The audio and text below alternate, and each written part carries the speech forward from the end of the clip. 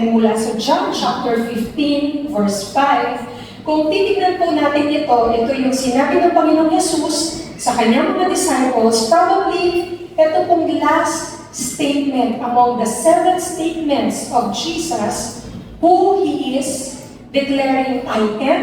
Alala niyo po ba yung unang I am? Review po tayo. I am the bread of life. Second, I am the light of the world.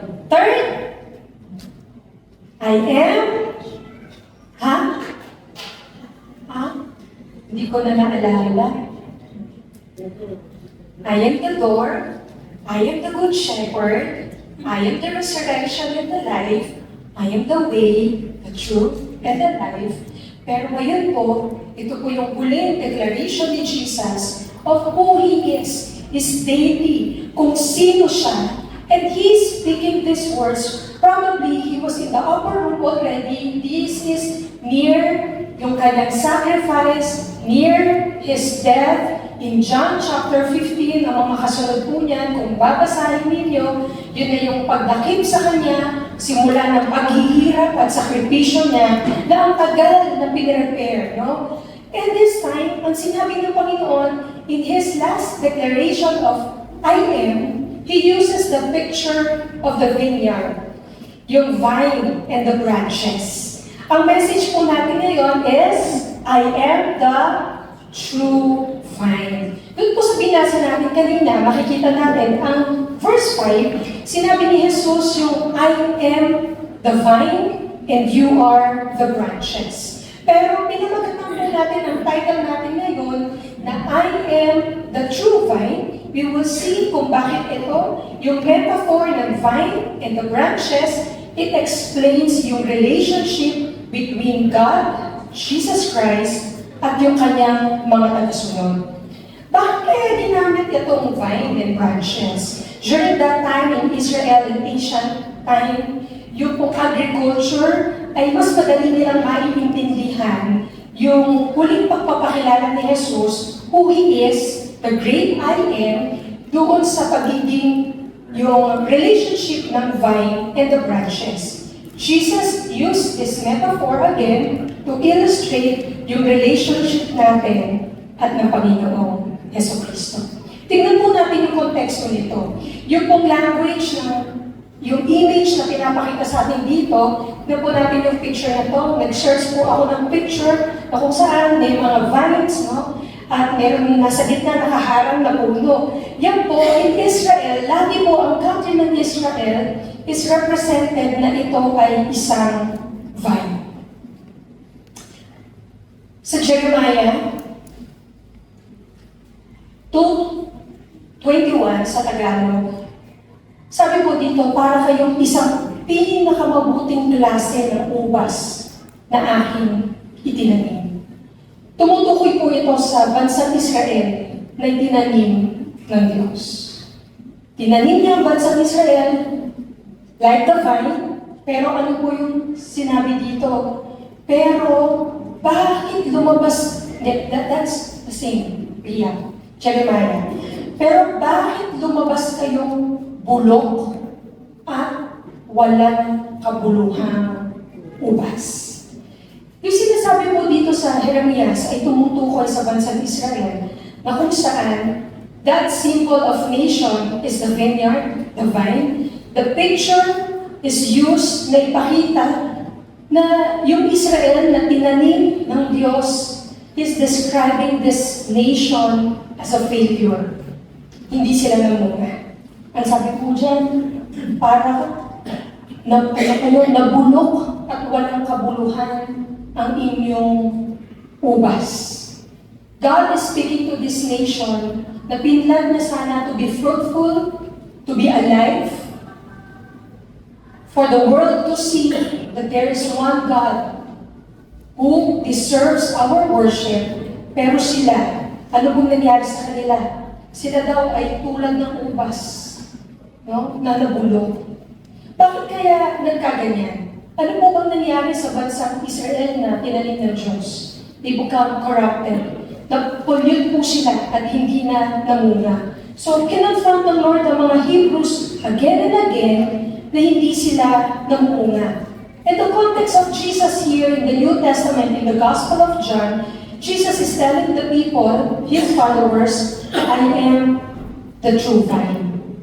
Because in metaphor, the vine that God first planted is the nation of Israel.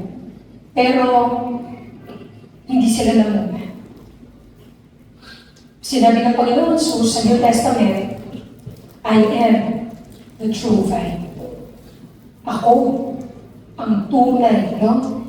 I am the true vine, and He boldly declares na si Jesus ay may napakagandang bunga, no? He boldly declares sa pag-aaral natin for the past few months in the Sermon on the Mount, in the declaration of who Jesus is, ipinakita ni Jesus that sa pamamagitan niya, He fulfills the law, the Jewish law, the Jewish feast, and He is speaking, Jesus is speaking with greater authority than Moses, declaring to you and declaring to me na dapat ang focus natin ay hanapin natin si Jesus sa ating mga buhay.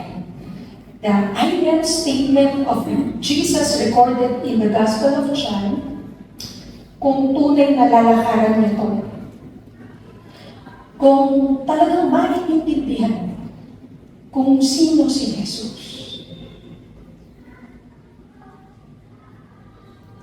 magbabago ang buhay niya. There will be fruit. Hindi tayo nakakilala lang kay Jesus para malaman natin na may tagapagligtas at dapat natin sabahin. Kung hindi merong bunga na hindi kagaya ng bansang Israel na yung itinanim na bulok, hindi nagpatuloy ang bunga. So Jesus is declaring Him, very simple, who He is and walk with Him. Ito ang mensahe ng Panginoon sa atin sa umagang ito. Kanina, in our Bible reading in Psalm 80, pinakita ulit dito yung image ng vineyard in Psalm 80 verse 7, 17, and 18. Sabay-sabay nga po natin basahin. Restore us, God Almighty. Make your face shine on us that we may be saved. Let your hand rest on the man at your right hand, the Son of Man you have raised up for yourself. Then we will not turn away from you. Revive us, and we will call on your name. Napakaganda po ng Psalm 80. It talks about na i-restore ng Diyos ang Israel, to make His face shine towards them and to save them. Na ilagay niya yung kamay niya sa mga tao para makikita nyo during the Psalm, hindi pa po nagkakatawang tao si Jesus, but there's already a messianic message that there will be a Savior, and that Savior, in verse 17, He is the Son of Man, and you will raise up for yourself. He will be on the right throne of God.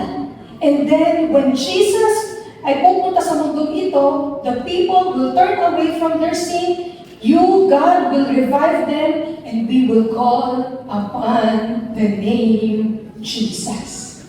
What a wonderful scripture. From the Old Testament to the New Testament, na pinakita ni Jesus, these metaphors, the vine is Israel, the true vine is Jesus, the gardener is the Father God who cares for the branches para maging mabunga, at sino po yung mga branches? Ikaw yon at yung katabi mo. You and me, we are the branches. Amen? Pwede mo ba tignan yung katabi mong branch? Sabihin mo sa kanya, nagbubunga ba tayo? And my prayer, and Jesus' purpose for you, that you have known Jesus to bear fruit, and that this fruit will remain, and that your life will be fruitful. Tignan po natin. Ang vine, meron yan akong picture na ligay dyan. Meron ba akong picture? Anong next letter na yan? Can you check? Yan. I am the vine. Basahin po natin ulit. So pagka Hindi po ako masyadong expert dito, but sa agriculture, hindi pwedeng magkaroon ng tanim kung walang nagtanim. So, meron gardener na nagkukultivate ng lupa para maging maganda, magkaroon ng bunga, matanggal yung mga insekto, at maging fruitful yung anuman ang itinanim.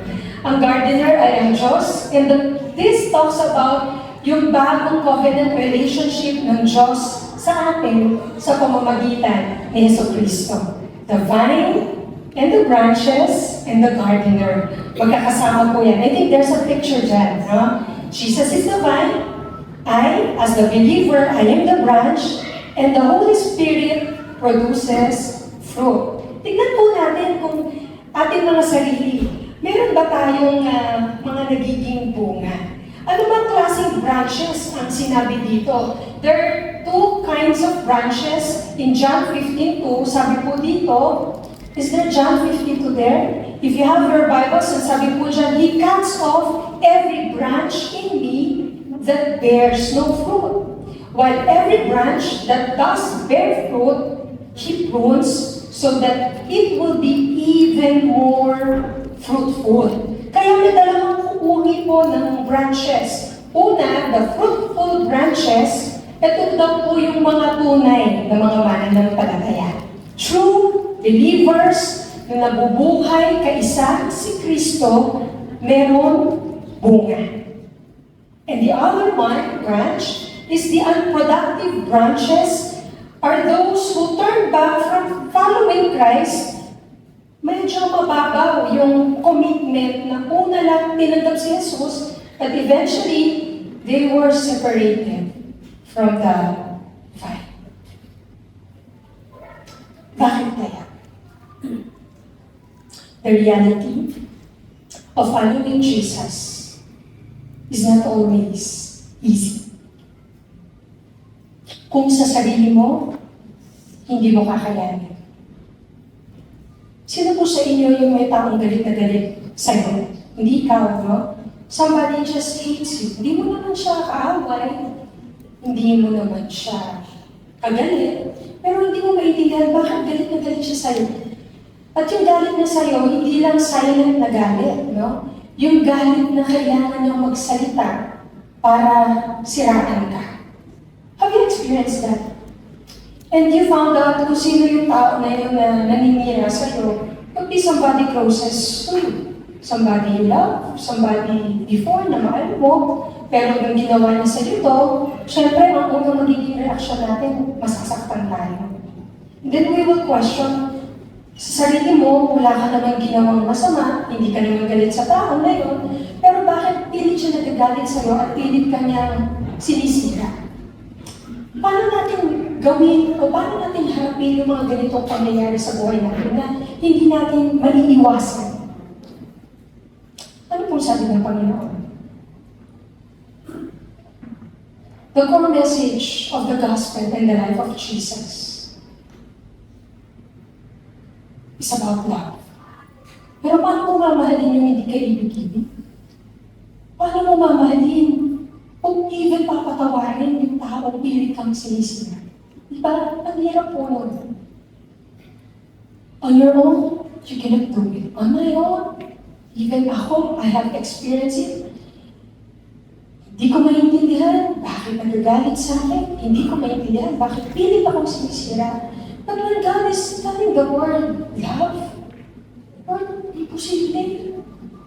Ang hirap ng pinagagawa mo. Hindi ko kaya yun. But you know, when you are connected to the vine, when you have a union, when you have a relationship with Jesus Christ, the strength and the courage to do the will of God, you will be able to do it because connected ka sa source ng buhay na may pag-ibig at pagpapatawad. At ito'y si Jesus. Check yourself. Pinipili lang ba natin yung mga taong mamahalin natin? Are we a fruitful branches? Can we say that I am really a follower of Jesus? O sa mga panahon ng pagsubok na nasusubok kung talagang si Kristo ang pundasyon ng iyong buhay. Superficial lang pala yung naging commitment mo. It's just a prayer, pero pagdating ng mga pagsubok na kailangan mong magdesisyon at kailangan mong sumunod sa gusto ng Diyos, hindi mo ito magawa because nananaig ang sarili mo kagustuhan. Because of your pride. Because of your ego. Because of your need.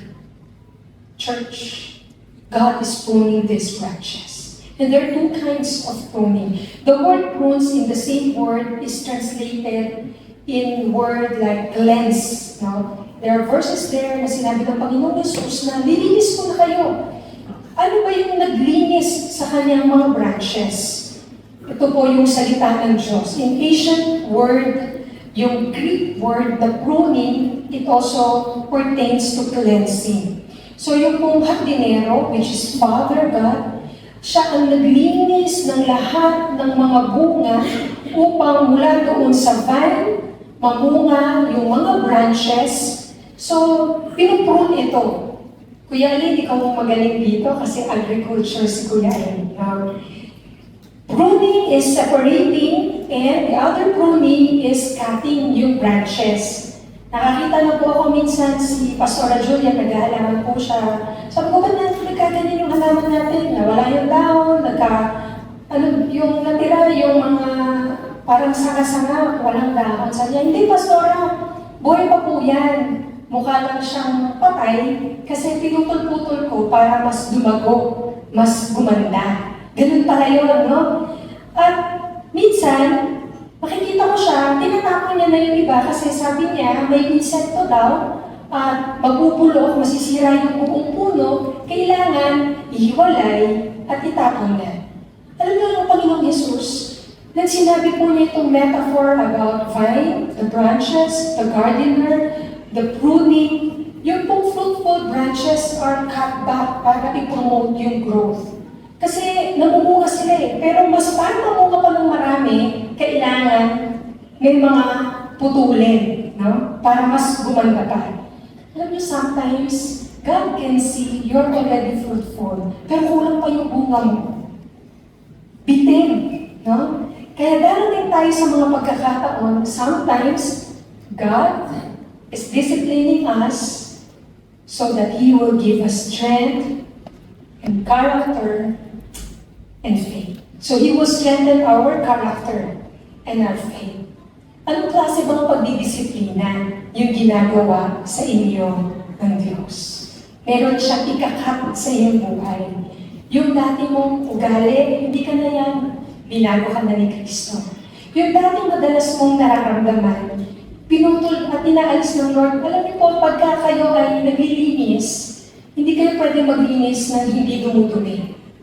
Hello? Naintindihan niyo po ba? Diba? Ilalabas niyo muna lahat yung kalat, tsaka niyo lilinisin. Yun yung totoong linis eh. Yung talagang pinakasulo, pinakakaloob-looban, kailangan mo siyang ilabas para malinis mo ng mahina. Minsan, kapag gusto ka na talagang gamitin ng Panginoon dahil alam ng Diyos, it is the right time. It is already time for harvest and gusto ko na gamitin kita bilang aking manggagawa na ipakita sa mundo na meron Jesus na makapangyarihan at buhay at nagbabago ng buhay sa pamamagitan ng buhay mo. Kaya minsan lumalabas lahat ng hindi maganda sa iyo dahil lahat ng lumalabas na yan, kung meron ka pusong mapagpakumbaba, you are easily repenting doon sa mga pagkakamali mo. Amen po ba? Kapag, ito'y pinagpapray kong ugali, tapos lumabas na naman. No?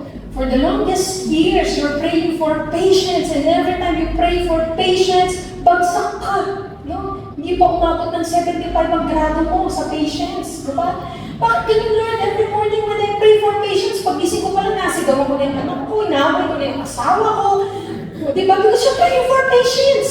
Yan ang prayer mo eh. So, doon ka susubukin. But it doesn't mean bumagsak ka, tuluyan ka ng bagsak. Ilang beses ba babagsak na hindi mo na ba iti-take yung exam? Mag-give up ka ba? You need to again pray and ask O ngayon, medyo umabot ka pa ng alas 10 ng umaga sa pasensya mo. Dati alas 8 pa lang, wala ka ng pasensya. Then after a few years, you wake up one day, ay hindi na pala ako laging galit. Hindi na pala ako laging sigaw ng sigaw. After 10 years, ginrant ng Lord ang prayer ko ng patience. So there's another prayer that you're asking for God. This is the fruit of the Holy Spirit: love, joy, peace, patience, kindness, goodness, gentleness, and self-control. Akalain niyo, lahat po yan ang dapat maging bunga natin. This fruit is that doesn't pertain only to the souls of people, kundi yung godly character na nababago sa atin. The branches must bear fruit, so kinakailangan tayong i-cut off yung trunk, kinakailangan hindi tayo maging worthless, kinakailangan hindi tayo yung i-separate dahil makakabulok tayo sa kabuuan ng puno. At sino mo ang nasa panahon natin ngayon na nakikita mo, God is really disciplining you. Embrace that season. Huwag ka mag-give up. Hallelujah. Yun pala, ito na yung blessing ng Lord. Yung pangako niya sa'yo, isang step na lang. Give up ka pa. Sayang naman, di mo pa na-receive. Keep going. Keep moving. Keep believing the Lord. Keep trusting in Him. Keep obeying Him. Because when you are trusting and obeying the Lord, it's not your will, it's not your strength, it's not your own wisdom, but it is by the Spirit of God na inilagay sa'yo na makakayanan mo gawin ang buhay na binigyan ng Lord ng meaning and ng purpose. You are bearing much fruit. Amen po ba? Sabi po dyan sa verse 5, I am the vine, you are the branches. If you remain in me and I in you, you will bear much fruit. Apart from me, you can do nothing. Jesus is the vine, we are the branches, tayo mga tagasunod. Ano daw yung kinakailangan natin gawin? We must remain connected to Jesus para tayo ay mamunga. Dami po natin halaman ngayon, no? Napansin ko lang. Naalala ko po yung dating church, napakadaming halaman. Pero wala pong bunga dito, no? Lahat po ito ay totoo. Pwede tayong magkaroon ng dati nating halaman na nandito sa gitna. Artificial lang, no? Hindi siya nagbago, pero inalikabok. Ito, maybe pwedeng malanta, pwedeng tumagal, depende sa pag-aalaga ni Kuya Alain, ating agriculturist, di ba? What I'm trying to say is, yung tayo, inaalagaan tayo ng Diyos. Kinukultivate nila. Hindi na tayo ginagalaan. Ayaw na tayong mamatay. Ayaw na tayong mahiwalay sa Kanya. Kaya si Jesus ay naparito upang maranasan natin ang buhay natin sa mundo ito, hindi baliwala. Binigyan ka ng buhay ng Panginoon, and you must connect it to the source of life. And that is Jesus. If you're not connected to Jesus, there is no life. You're just existing, but there's no real meaning and purpose of life. And the fruit represents yung ating mga ginagawang mabuti, napapatunayan na tunay tayong tagasunod ni Kristo doon sa spiritual growth natin, sa godly character na na-form sa atin, at hindi ito isang one time lang na mangyayari. It takes a lifetime. It takes a lifetime to experience, to live a godly life guided by Jesus. Kailangan mo si Jesus. He is the true vine. He is the source of life. He is the source of power. And you can only have this connection if you're staying in close relationship with Him. Dito ka magkakaroon ng fruit that will produce value and that will be eternal. Amen? That fruit, sabi ng Panginoong Jesus, you can do it, just remain in me. Stay connected sa ating Panginoong Jesus. Kinakailangan po natin ng deep, continuous connection with Jesus. Remain in me, it means living a constant fellowship with Jesus. Paano? Basahin po natin yung naka-all caps. Trusting Him, obeying His teaching, and depending on Him on every part ng buhay natin. Amen? Sa lahat ng aspeto ng buhay natin, emotionally, mentally, physically, spiritually, relationally, trust the Lord in all aspect ng inyong buhay. At makikita mo tunay na may Panginoong Jesus that is the vine, you are the branches, and you will see those fruit will remain and you will bear much fruit. Lord, natapos ko na yung patience. Pero yung self-control, wala pa. Antay, pray ka pa, mga 10 taon ulit. Diba? Kasi may 10 taon ka pang mabubuhay.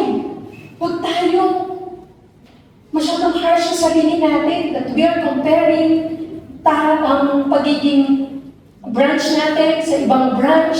Bakit si ate nakakagano na? Bakit ako hindi pa? Just focus on God. Iba-iba yung panahon natin ng growth. Iba-iba yung panahon natin ng maturity. Iba-iba yung panahon na yung sinasabi ko sa inyo, maybe ngayon, hindi nyo maintindihan.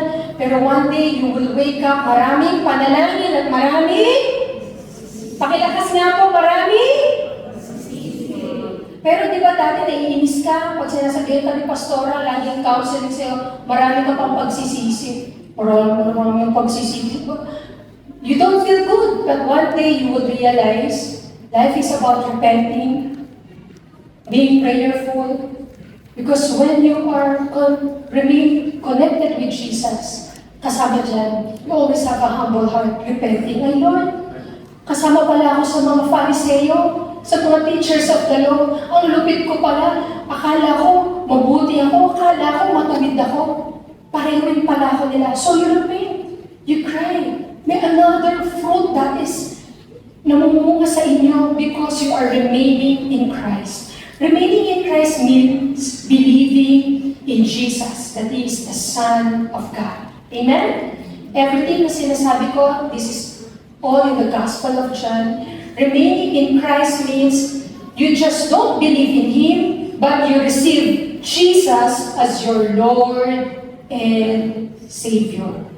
When you believe and when you receive Jesus, now that you have Jesus in your life, do what God says.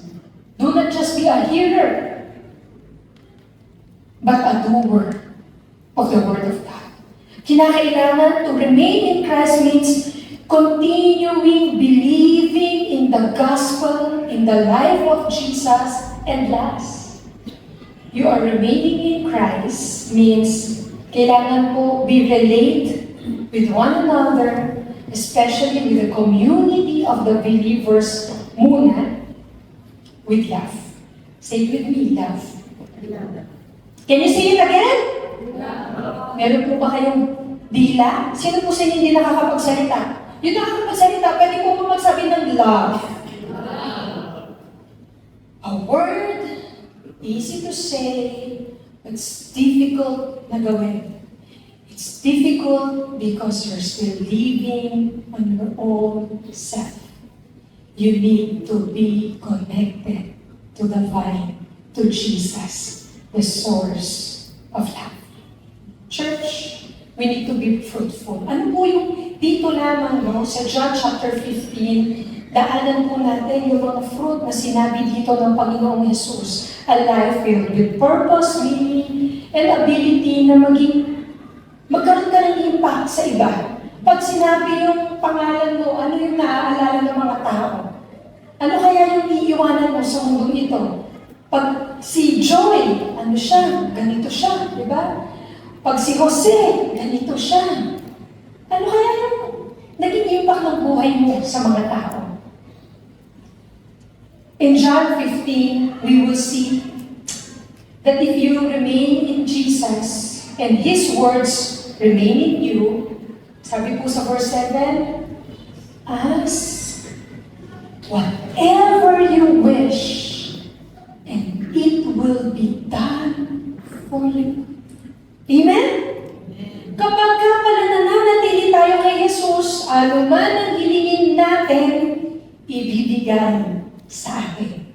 You know why? Because when you really remain kay Yesu Cristo, lahat ng nangyayari sa buhay mo, lahat ng iniisip mo, at maging ang pangarap mo, kung ano na yung gusto ng Panginoon para sa iyo. Kaya kahit anong ipanalangin mo, ibibigay sa iyo. Are you praying for the salvation of your family? It is a yes and amen. Are you praying for restoration to the relationship na nasira? It is a yes and amen. Are you praying na baguhin ka pa ng Panginoon katulad niya? It is a yes and amen. Ask whatever you wish and it will be done for you. And when you start to pray, you will see the fruit that you are bearing may kagalakan. Tignan po natin yung verse 11. Sabi ni Jesus in John 15:11, I have told you this so that my joy may be in you, and that, pakibasa yung part na po yan, your joy may be complete. Sinabi po ng Panginoon Jesus ito dahil nag-aalala na yung kanyang mga followers because Jesus knows, after na itong sabihin, makikita ng mga disciples, humiwalay na sa atin si Jesus. At yung mga disciples, magtatago. Si Peter will deny. Judas will betray. And the disciples will be scared of their life and they don't know what will happen to their life. Pero bago mangyari yun, ang ganda na sinabi ng Panginoon of all the declarations, in the last I am statement, sinabi ng Panginoon, I am the vine, you are the branches. Hindi ko kayo iiwan. Just remain connected with me. Hindi ko kayo pababayaan. Hindi nila maiintindihan that time because they will feel na iniwanan sila ng Panginoon Jesus. Bakit siya mamamatay? Pero ang sabi ng Panginoon sa mga susunod na talata dito, nag-iwan siya ng banal na spiritu. At ito yung ibibigay niya that we will remain connected to Jesus, our Lord and our Savior. Napakaganda ng sinabi ng Panginoon dito na alam ni Jesus, marami sa atin, when things are going well, wala kang sakit, wala kang problema sa finances, happy. You feel joyful. Pero kapag may mga pangyayari hindi natin gusto, hindi natin inaasahan, what happened to us? When hardships come, lumulubog tayo sa depression. No? Nawawala yung kagalakan. Kasi nagtatranscend yun doon sa mga pangyayari, sa mga circumstance ng iyong buhay. Pero sabi ng Panginoon, I have told you this, that my joy may be in you, and that your joy may be complete. Who is that joy? Jesus is the joy of your life. Kahit ka may sakit, kahit ka nahihirapan, pwede kang may kagalakan. Dahil ang tunay na kagalakan is a constant relationship with Jesus Christ. Kapag tayo talagang nakapalipot tayo dun sa relasyon natin kay Kristo, tuturuan niya tayong lumakad sa panahon ng mga challenges, ng mga pagsubok at ng hirap. Tutulungan ka pa rin gumising sa umaga at tumayo at maghanap buhay at magmahal at magpatawad at bumisita. Dahil nasa iyong kagalakan ni Jesus. Ano man ang pinagdadaanan mo ngayon.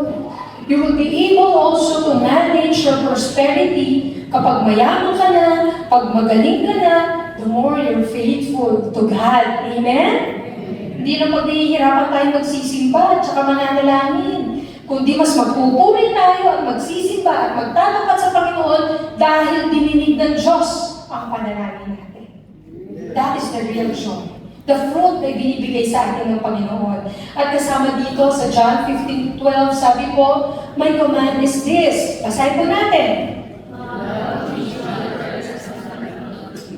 Greater love has no one than this, to lay down one's life for one's friend. Inilig tayo ng Panginoon, ibinigay niya yung buhay niya sa atin. Maybe hindi naman natin kayang mamatay para sa iba. But there are other ways to practice yung sacrificial love. Listening. When somebody needs your ears. Helping. Encouraging. encouraging. Ito po yung pinakamatinding sacrificial love. Ready na po ba kayong marinig? Giving. Sabi mo sa katabi mo, giving ulit si Pastora ko. Wednesday, binira na nga tayo. Gusto ko po kayo matanda ng Wednesday. Iba po ang tira ng Diyos sa atin pag Wednesday. Diba? Sabi mo sa kanan mo, giving. That is sacrificial love. Marami sa atin, magpapakita ng love. Nandito lang ako.